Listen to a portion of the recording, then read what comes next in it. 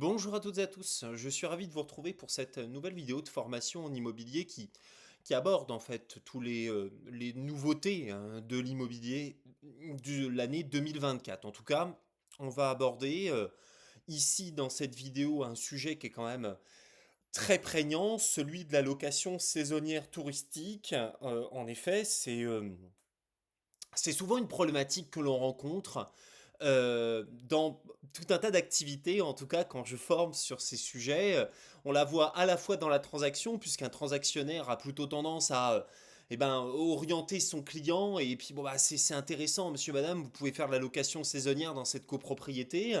Un gestionnaire, bah lui, va plutôt être embêté par la location saisonnière, alors d'un locataire qui crée en fait une sous-location, et puis un syndic de copropriété, lui, il va être embêté dans une autre mesure, parce que bien évidemment, bah, en tout cas souvent, la location saisonnière génère des nuisances. Alors, la question qui s'est posée dans le cadre d'une jurisprudence en 2024, en début d'année 2024, a été de savoir si la location saisonnière touristique, en fait, la nuitée sur Airbnb ou sur Booking, enfin sur tout un tas de plateformes, quoi, si vous voulez, parce que si on regarde bien les choses, la location saisonnière, en fait, ça concerne la location de courte durée, voire de très courte durée.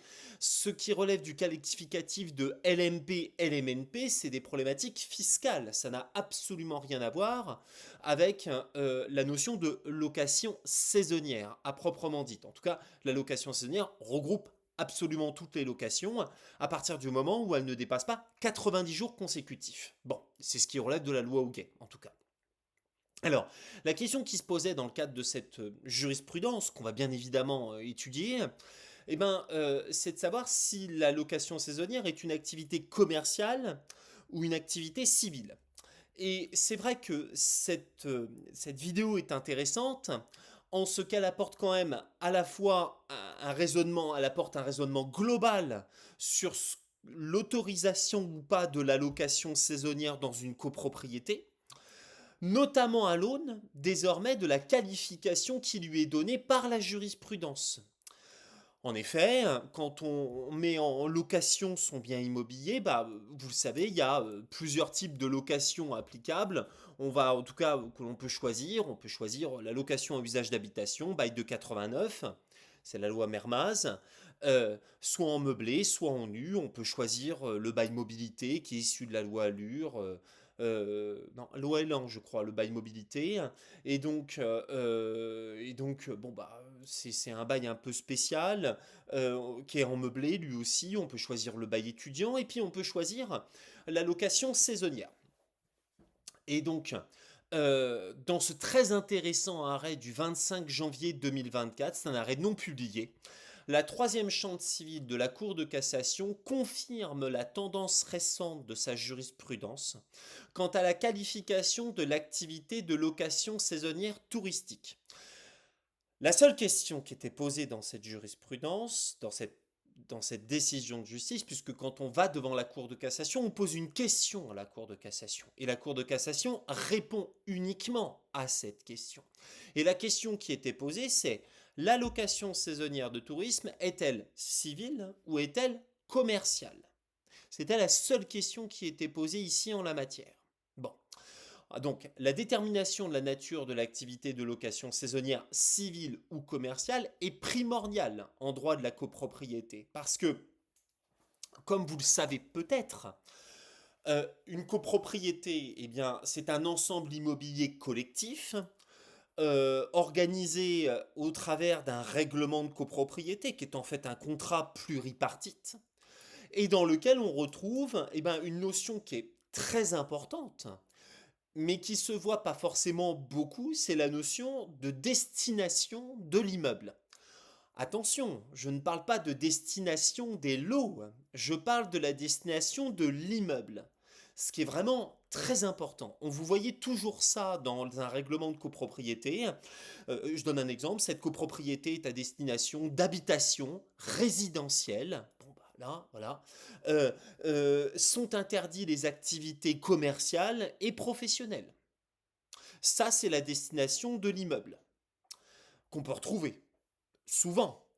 Mais on retrouve aussi, de temps à autre, une destination qui a une qualification d'ailleurs qui prête à sourire, parce qu'elle est ancienne, c'est-à-dire la destination d'habitation exclusive ou d'habitation bourgeoise exclusive ou simple, ce qui n'est pas la même chose, exclusive ou simple. On aura largement la possibilité de le traiter dans cette vidéo. En effet, si en revanche elle est de nature civile, donc si l'activité de location saisonnière est commerciale, elle peut être interdite dans les immeubles dont la destination est à usage d'habitation exclusive ou même simplement bourgeoise. Ou même simplement bourgeoise. Si elle est en revanche de nature civile, alors la destination bourgeoise et même exclusivement bourgeoise de l'immeuble ne suffira pas à interdire l'activité de location saisonnière, exception, sans l'appui de clauses restreignant conformément à cette destination les conditions de jouissance des parties privatives. C'est-à-dire que si on résume bien les choses, puisque c'est en fait un des explicatifs de cette jurisprudence, des paragraphes explicatifs de cette jurisprudence, dont je vais faire état juste après. Si on considère que l'activité de location saisonnière est commerciale, des clauses d'habitation, résidentielle ou bourgeoise, exclusive ou simple, peuvent sans trop de difficulté l'interdire. Si on considère qu'elle est de nature civile, et figurez-vous qu'en réalité c'est le cas au travers de cette jurisprudence dont je vais faire état, eh bien, il sera assez difficile d'interdire l'activité de location saisonnière.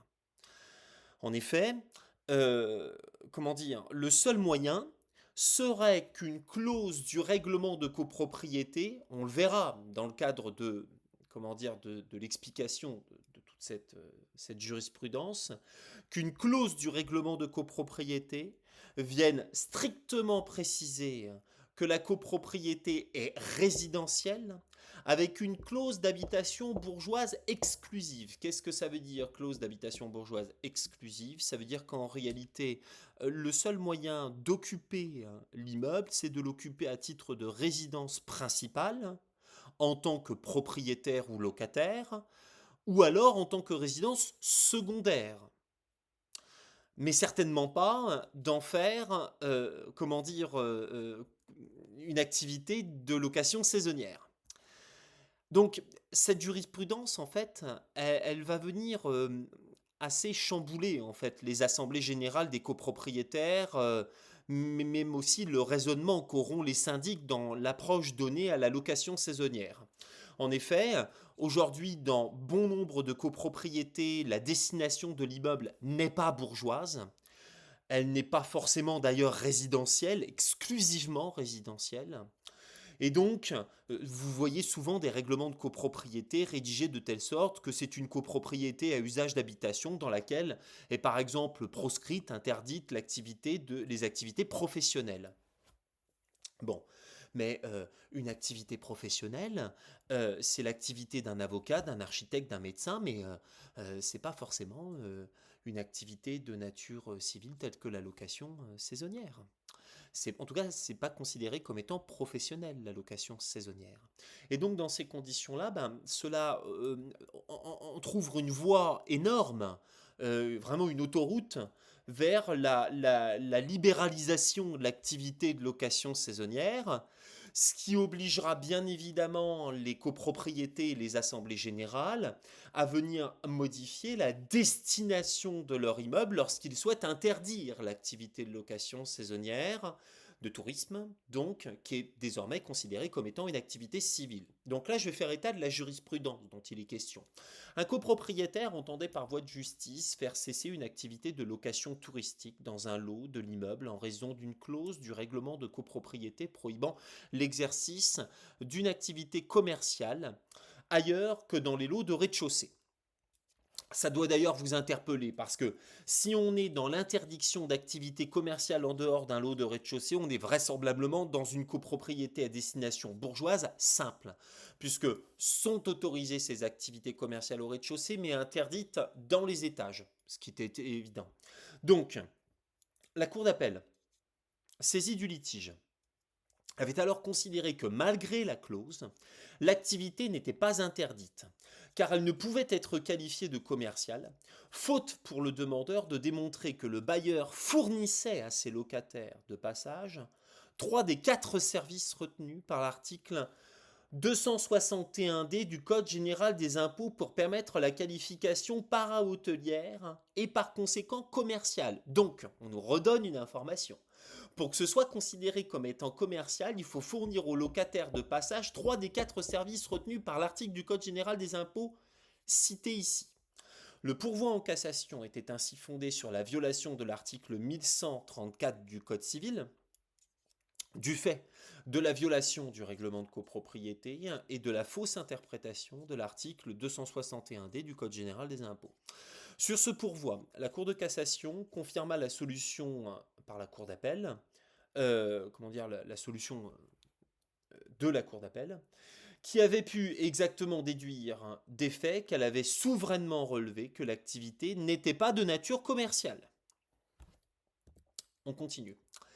Avec l'attendu décisoire, ayant souverainement relevé que l'activité exercée par la société MSC dans l'immeuble n'était accompagnée d'aucune prestation de service accessoire ou seulement de prestations mineures ne relevant pas de le caractère d'un service para-hôtelier, la Cour d'appel en a exactement déduit que cette activité n'était pas de nature commerciale. Jurisprudence donc de la Cour de cassation du 25 janvier 2024, pourvoi 22-21 455. Voilà ce qui ressort de cette jurisprudence. Alors,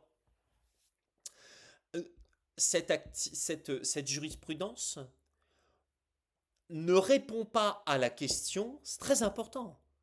Est-ce que la destination bourgeoise d'un immeuble vient ou ne vient pas empêcher l'activité de location saisonnière? C'est pas la question à laquelle, c'est pas la question qui est posée à la Cour de cassation et à laquelle elle apporte une réponse. Non, la question qui est posée, c'est est-ce que l'activité de location saisonnière de tourisme est une activité commerciale ou est-ce que c'est une activité civile? La Cour de cassation a répondu que c'est une activité civile. Bon. D'autant plus que la présence d'une clause d'habitation bourgeoise exclusive dans un règlement de copropriété interdit depuis très longue date déjà, exclusive bien sûr, depuis très longue date, l'affectation des parties privatives concernées à l'exercice de toute activité professionnelle ou commerciale. En revanche, une telle affectation sera possible en cas de clause d'habitation bourgeoise simple. C'est ici le cas d'ailleurs, on continue dans cette même jurisprudence, sous réserve qu'elle soit conforme à la destination de l'immeuble et qu'elle ne porte pas atteinte aux droits des autres copropriétaires. Bien sûr, ça c'est un élément essentiel. Ainsi, l'exercice d'une activité d'enseignement a été admise, mais pas l'installation d'une clinique de jour. C'est des jurisprudences, vous l'admettrez, qui sont quand même assez anciennes. Il n'en reste pas moins qu'elles sont toujours d'actualité. Dans l'un et l'autre cas, et sauf stipulation expresse du règlement de copropriété les admettant par exception, les activités commerciales, notamment hôtelières, sont interdites.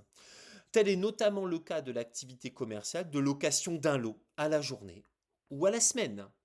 Donc, dès qu'on est dans le cadre d'un règlement de copropriété avec une destination bourgeoise exclusive, cette activité est par nature interdite.